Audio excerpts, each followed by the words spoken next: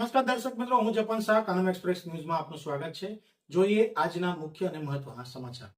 બોડેલી તાલુકા સેવા સદનમાં આજે બપોરના સમયે એક ચિંતાજનક ઘટના સર્જાઈ હતી. સેવા સદન ખાતે આવેલી એસડીએમની ચેમ્બરમાં અચાનક આગ ફાટી નીકળતા સમગ્ર કચેરી પરિસરમાં અફરાતફરીનો માહોલ સર્જાયો હતો. આગ લાગતા કર્મચારીઓ, અરજદારો તેમજ અન્ય મુલાકાતીઓમાં ભયનો માહોલ ફેલાઈ ગયો હતો અને લોકો સુરક્ષિત સ્થળે પહોંચવા માટે દોડધામ કરવા લાગ્યા હતા. પ્રાથમિક માહિતી મુજબ ચેમ્બરમાં શોર્ટ સર્કિટના કારણે આગ લાગી હોવાનું અનુમાન વ્યક્ત કરવામાં આવી રહ્યું છે. આગ લાગતાની સાથે જ સેવા સદનના હાજર સ્ટાફ દ્વારા આગ પર કાબુ મેળવવાના પ્રયાસો કરવામાં આવ્યા હતા. જો કે આગનું પ્રમાણ વધુ હોવાથી અને ધુમાડો ફેલાઈ જવાથી પરિસ્થિતિને ધ્યાનમાં રાખીને તાત્કાલિક ફાયર બ્રિગેડને જાણ કરવામાં આવી હતી. ઘટનાની જાણ મળતા જ ફાયર બ્રિગેડનું એક વાહન અને તેની ટીમ તાત્કાલિક સેવા સદન ખાતે પહોંચી હતી. ફાયર કર્મચારીઓ દ્વારા જરૂરી સાધનોની મદદથી આગ પર કાબુ મેળવવાની કામગીરી હાથ ધરાઈ હતી અને ભારે જહેમત બાદ આગને સંપૂર્ણપણે કાબૂમાં લઈ લેવામાં સફળતા મળી હતી. ફાયર બ્રિગેડની સમયસર કામગીરીના કારણે આગ અન્ય વિભાગો સુધી ફેલાતા અટકાવી શકાઈ હતી. આ દરમિયાન એસડીએમ ભૂમિકા રાવલ, મામલતદાર સહિત સમગ્ર સ્ટાફ ઘટના સ્થળે હાજર રહ્યો હતો. અધિકારીઓ અને કર્મચારીઓએ સંકલનપૂર્વક કામગીરી કરીને સેવા સદનમાં હાજર તમામ નાગરિકો અને કર્મચારીઓને સુરક્ષિત રીતે બહાર કાઢ્યા હતા.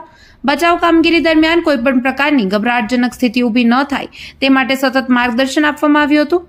સદનસીબે આ સમગ્ર ઘટનામાં કોઈ જાનહાનિ થઈ નથી તેમજ કોઈ વ્યક્તિને ઈજા પહોંચી નથી. આગના કારણે ચેમ્બરમાં રહેલા કેટલાક દસ્તાવેજો અને સામગ્રીને નુકસાન પહોંચ્યું હોવાની શક્યતા વ્યક્ત કરવામાં આવી રહી છે. જો કે નુકસાનનું ચોક્કસ મૂલ્યાંકન હજુ બાકી છે. ઘટનાને લઈ સંબંધિત વિભાગ દ્વારા વધુ તપાસ હાથ ધરવામાં આવી રહી છે અને આગ લાગવાનું ચોક્કસ કારણ જાણવા પ્રયાસો શરૂ કરવામાં આવ્યા છે. આજ રોજ 4 જૂનના દિવસે આશરે રાબેતા મુજબ બધી કચેરીઓ કાર્યરત હતી. 2:57-2:58ની આસપાસ મારી પાસે કોલ આવ્યો કે સેવા સદનમાં પહેલા માળે એસડીએમ ચેમ્બરમાં જે ફર્સ્ટ એસી છે ત્યાં શોર્ટ સર્કિટ થયો અને તેના કારણે પ્રાથમિક કારણે એવું જણાઈ રહ્યું છે કે આગ એના સર્કિટના કારણે લાગી છે. લગભગ 10-15 મિનિટમાં આગ ત્યાં જે ફાયર એક્સટિંગ્વિશર હતા એના મદદથી સ્ટાફે પ્રયત્ન કર્યો, પણ આગ વધારે પ્રસરી ગઈ હતી અને ગરમ પવનને વધારે કારણે વધારે તીવ્ર બની. જેથી અમે પ્રથમ અમારું ફોકસ બધા જ સ્ટાફને કચેરીને પહેલાં તો અમે બધાને બહાર રેસ્ક્યુ કર્યા અને ત્યારબાદ મેઇન પાવર સ્વિચ બંધ કરી જેથી કરીને આ વધુ ના પ્રસરે. ત્યારબાદ તુરંત જ મામલતદાર સાહેબ તરફથી, મારા તરફથી અને ટીમ તરફથી આપણે એપીએમસીના જે બંબો જે આપણે ત્વરિત આપણને જે ઉપલબ્ધ છે ત્યાં બોલાવ્યો અને કન્સર્ન આપણા જિલ્લા વહીવટીતંત્રને જાણ કરી. સદભાગ્યે કોઈ પ્રકારની હાનિ થઈ નથી. બધા જ લોકો સેફ છે, કોઈ એવો પ્રશ્ન નથી. આશરે 20-25 મિનિટની અંદર આપણે આગ પર ઓવરઓલ કાબુ મેળવી લીધો.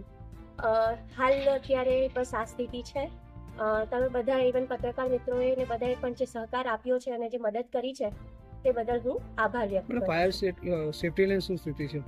ફાયર સેફટી પહેલા 5-10 મિનિટ લોકો એ જ પ્રયત્ન કર્યો, પણ આગ વધારે વિકરાળ સ્વરૂપ લઈ ચૂકી હતી. જેના કારણે વધારે ઇમ્પોર્ટન્ટ એ હતું કે ચેમ્બરની આગ રોકવી કે પછી સ્વિચ બોર્ડ ને બધી મેઇન સ્વિચ બંધ કરવી. એટલે બધાએ જ પોતાની આવી પ્રેશરવાળી સિચ્યુએશનમાં પણ બધાએ પોતાનું કુનેહપૂર્વક વધુ સંચાલન કર્યું. એટલે હું તમામ કચેરીઓની પણ આમાં આભાર વ્યક્ત કરું છું અને કોઈને કશું થયું નથી તેમાં પરમાત્માનો પણ આભાર. ઓફિસમાં કઈ વસ્તુનું નુકસાન છે? ઓફિસમાં ખાલી મારી ચેમ્બર, એસડીએમની ચેમ્બરનું નુકસાન છે.